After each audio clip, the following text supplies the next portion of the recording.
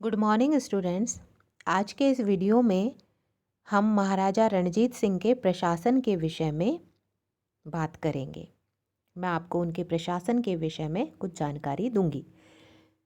उस समय भारत में स्वेच्छाचारी प्रशासन प्रणाली का ही चलन था। रणजीत सिंह में न तो आवश्यक बौद्धिक जागृति थी और न ही इस ओर झुकाव था कि वो कोई नई परंपरा चला पाते। महाराजा का अधिकांश समय युद्धों में ही व्यतीत हुआ। महाराजा में ही समस्त शासकीय और राजनीतिक शक्ति केंद्रित थी, अर्थात अंतिम प्रभुसत्ता महाराजा रणजीत सिंह में ही विद्यमान थी। परंतु वो हितकारी स्वेच्छाचारी शासक था। वह अपने जनता के हितों का भी ध्यान रखता था। वह अपने आप को खालसा अथवा सिख राष्ट्रमंडल का सेवक मानता था और सदैव खालसा के नाम पर ही कार्य करता था। उसने अपनी सरकार को भी सरकार ए खालसा जी कहा और गुरु नानक और गुरु गोविंद सिंह के नाम के सिक्के भी चलाए। यद्यपि महाराजा शासन का सूत्रधार था, फिर भी उसकी सहायता के लिए एक मंत्री परिषद होती थी। उसने राज्य को प्रांतों में बांट रखा था और उनमें से प्रत्येक एक नाजिम के अधीन होता था। प्रांत जिलों में बटे थे और जिले कारदारों के अधीन होते थे और गांव में पंचायतें प्रभावशाली ढंग से कार्य करती थीं। अब हम आते हैं भूमिकर और न्याय व्यवस्था के संबंध में। सरकार की आय का मुख्य स्रोत भूमिकर था, जो बड़ी कठोरता से वसूल किया जाता था। सरकार उत्पादन का 33% से 40% तक लेती थी, जो कि भूमि की उपज पर निर्भर था। सर लेपेल ग्रिफिन ने इस विषय में कहा है कि महाराजा अपने कृषकों से अधिक कर प्राप्त करने का प्रयत्न तो करता था, परंतु वह कृषकों के हितों की रक्षा भी करता था। और जिस समय सैनिक अभियान किया जाता था तो सेना को आज्ञा होती थी कि वो खेती को नष्ट न करे, खेतों को नष्ट न करे। कृषकों के लिए सेना में भी व्यवसाय के विभिन्न मौके थे। जहाँ तक न्याय प्रणाली का प्रश्न है, न्याय प्रणाली अत्यधिक कठोर होती थी। आजकल जैसे वर्तमान में न्यायालयों की श्रृंखला उस समय नहीं होती थी। न्याय प्राय स्थानीय प्रश्न था। स्थानिक प्रशासक स्थानीय परंपराओं के अनुसार न्याय करते थे। लाहौर में एक अदालत आला अर्थात सबसे ऊंचा न्यायालय था, जो शायद प्रांतीय तथा जिला अदालतों से अपीलें सुनता था। अपराधियों की देने की क्षमता पर आधारित बड़े बड़े जुर्माने किए जाते थे कि यदि किसी अपराध का कोई अपराधी है और उसके पास धन है तो उस पर जुर्माना लगा दिया जाता था। बड़े से बड़े अपराधी भी जुर्माना देने पर छोड़ दिए जाते थे। न्याय व्यवस्था में सरकार की आय का यह एक बड़ा स्रोत, एक बड़ा मार्ग था।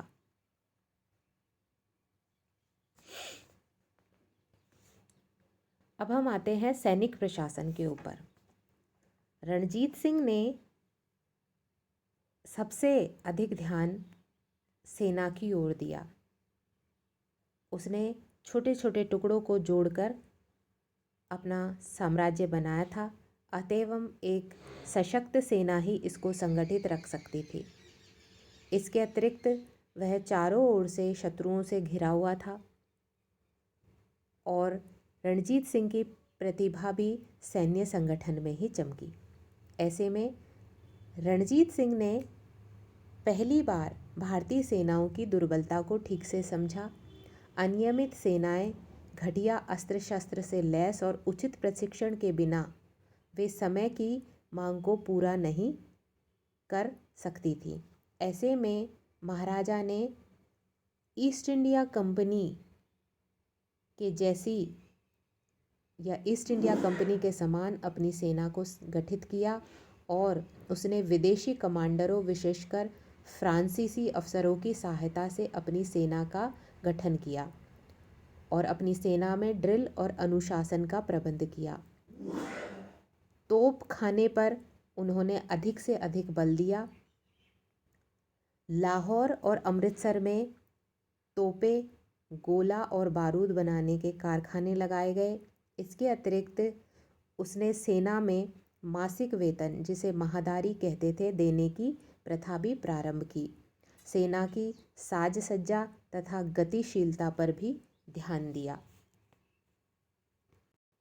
रणजीत सिंह ने एक विशेष आदर्श सेना की नींव रखी जिसे फौज ए खास कहते हैं।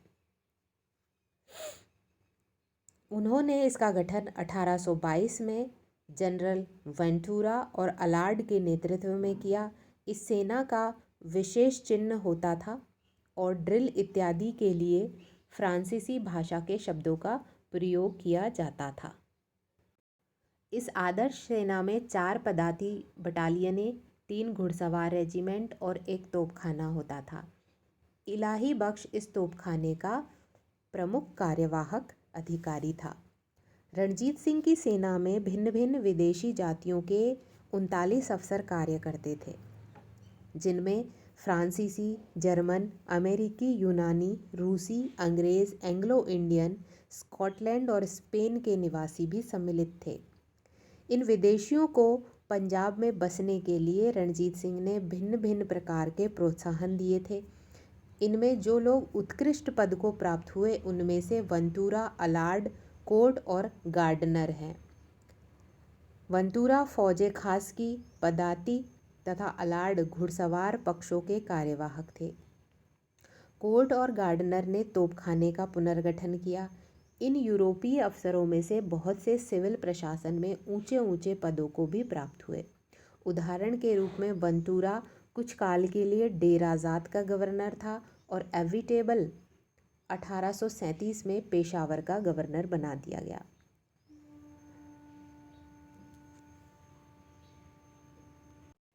एक अनुमान के अनुसार 1835 में रणजीत सिंह की सेना की संख्या लगभग 75,000 थी, जिसमें 35,000 नियमित रूप से प्रशिक्षित सैनिक थे।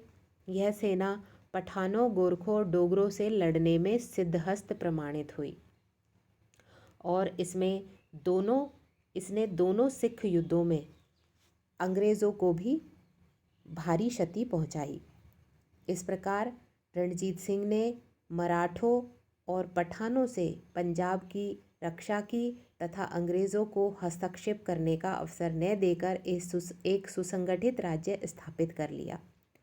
उसका यह राज्य उसके जीवन काल में यथावत बना रहा।